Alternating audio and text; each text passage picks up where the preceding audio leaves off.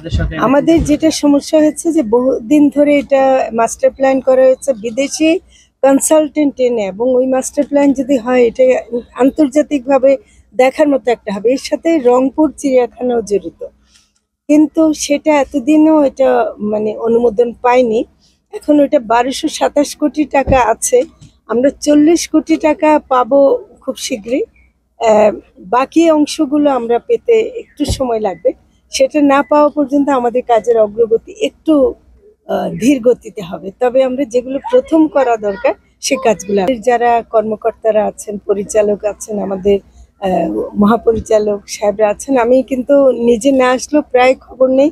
কোনো একটা ফেসবুকেও যদি একটা ঘটনা দেখি সেটাও ওনাদেরকে জানায় এবং তাৎক্ষণিক ব্যবস্থা নেওয়া হয়।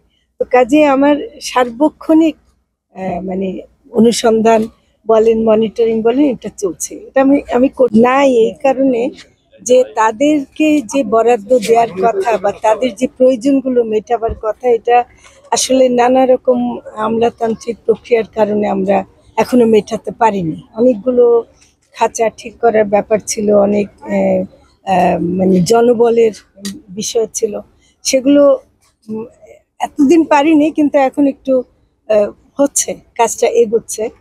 তবে আমি বলবো যে সার্বিক দিক থেকে মানে ভালো, যতটুকু দেখলাম।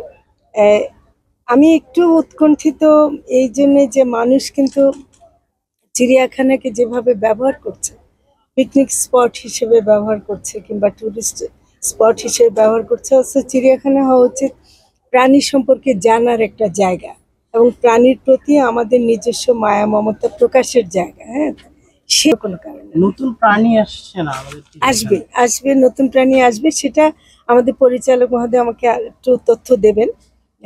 আমাদের অনেকগুলো প্রাণী তো যেমন ন্যাচারাল ডেথের একটা পর্যায়ে চলে গেছে, সেগুলোর বিকল্প তো আমাদেরকে আনতে হবে। সেগুলো আমরা আজকে, আমি যেহেতু এখন ওনাদের সাথে বসিনি, আমি এটা দেখে ঘুরে তারপর বসবো। তখন যদি আপনারা থাকেন আর একটু কথা